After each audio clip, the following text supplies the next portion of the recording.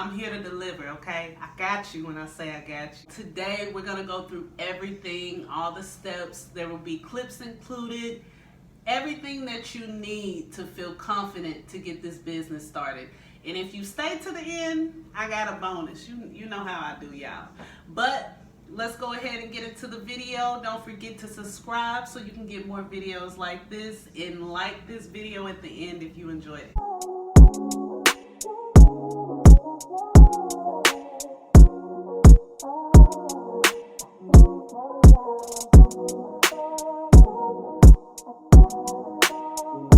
Before we get started,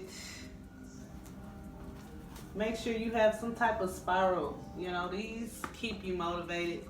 You can write in them, do whatever you need to do to get your ideas out on paper. I'm gonna use this side as my little screen for y'all so I can explain and show you pictures at the same time. And I have my notes, I have everything that I need. After you get your business name and everything, the next step is to go ahead and figure out what services you want to provide. The more services that you can do, the better, only because you can add those as additional charges. And that is where your profit comes from, and you can use that profit to pay for a dumpster or a better truck or maybe hire more employees. When it comes to supplies, you want to make sure you have the basics, you know, as far as the mop, the broom, the towels, the trash bags, the mop bucket, so that way you can come prepared. I had to buy a lot of trash bags, but I would use like the heavy duty trash bags because that's what you're mostly gonna need. You can order from Amazon, Sam's Club. It really doesn't matter where you get your trash bags from, but just make sure that they are sturdy and strong. So when you're packing stuff in, you ain't gotta worry about them, you know, breaking on you. And if you are one of the ones who are offering, you know, extra services, make sure you have a good lawnmower. If you're changing logs, make sure you have your own tools, fixing holes, patching them back up, ripping up carpet, all of the above. If you don't have those supplies, make sure you have a contractor or someone who specializes in that so you can give them a call and say, hey, I need you to come over here and fix this. And how that works is when you call them and they come in and they go and do the job for you, what you were gonna get paid, you're gonna have to pay them up front, of course. And so when you get paid, it's just like, you know, you're getting paid, but you paid someone else to complete it for you. So that brings us to the questions that were asked in the comments. How do I get a truck for the job? So this is alongside with your supplies because, well, not really, but you need the truck to do the job. I'm gonna share my experience as far as how I got a truck. I went to U-Haul. I went ahead and just paid for the day. I would only do it on a day that I have everything already bagged up and everything already pushed to the front, ready to be loaded. I normally wait until my second day to bring the truck out. When you're starting out and you're looking for a truck, it can be tempting to want to buy one, but right now, I wouldn't do it. I would just go ahead, go with the U-Haul, go with Home Depot, go with any other company that's in your area that does truck rentals and just use it for the couple of hours. And if you have a job that's far out, rent the U-Haul that's within that same radius. So that way when you're driving and you're going to go take the trash to recycle it, you won't have to worry about driving all the way back to where you live.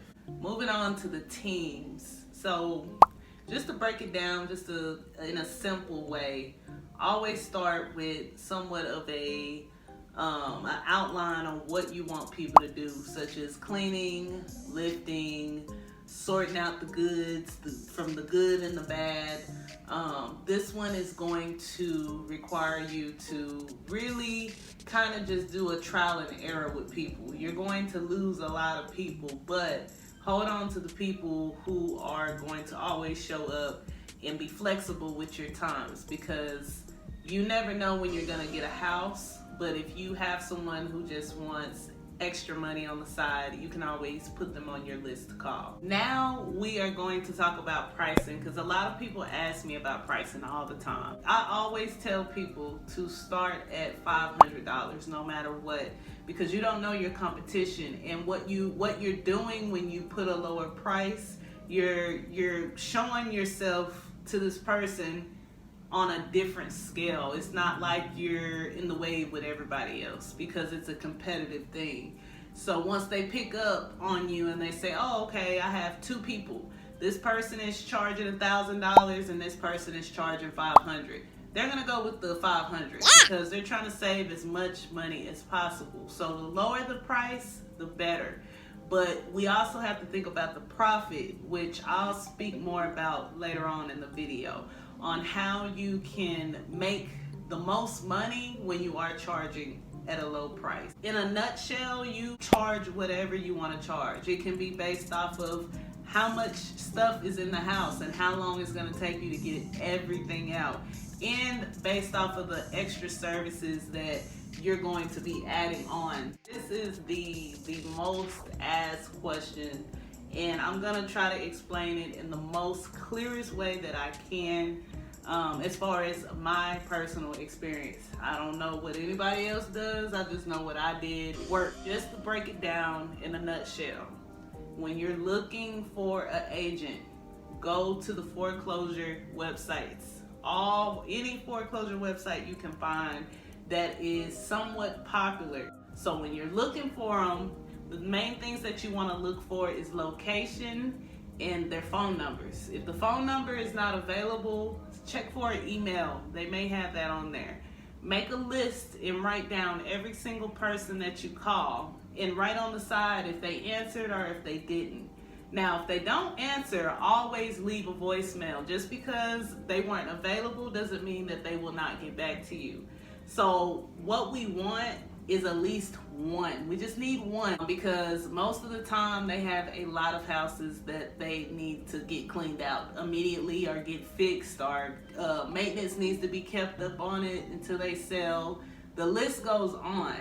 But when you talk to them, if some sound as if they haven't heard of your service before, or if they already have somebody, they're gonna most likely tell you, no, we don't need it.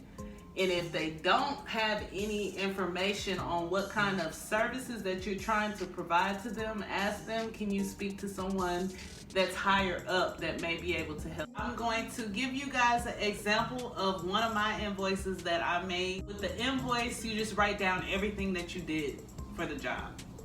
As simple as that. It sounds, to some people it sounds complicated, but it's really not. It's kind of like a receipt just for you and the realtor, so that way y'all have that agreement. Now that reminds me of the contracts.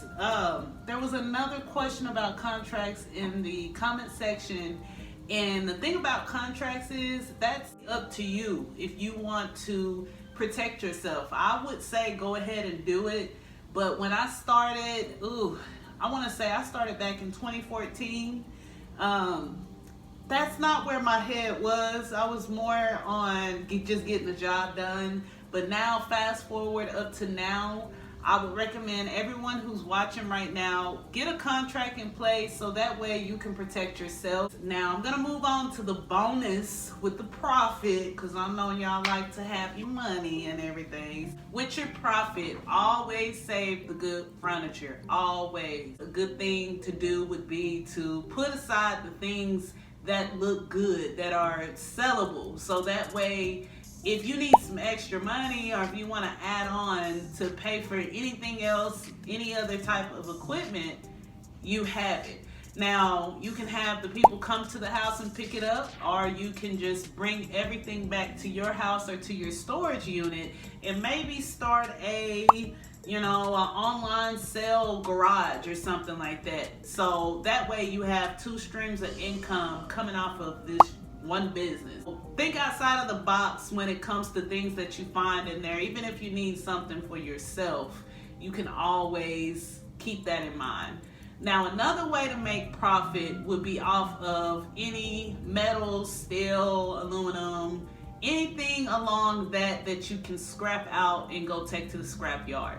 Now, I know men would probably know a little bit more about this than us women. When you take anything across the scale, whether it be a refrigerator or, you know, like I said, pots and pans, they weigh it, and based off of the weight, you can get a certain amount. Look into that, research it. It's pretty cool. I mean, you're gonna need a lot. You will now, but at least you know, I can do this as a route to make some extra money. And I almost forgot about insurance. Now, with insurance, I covered that in my last video very briefly.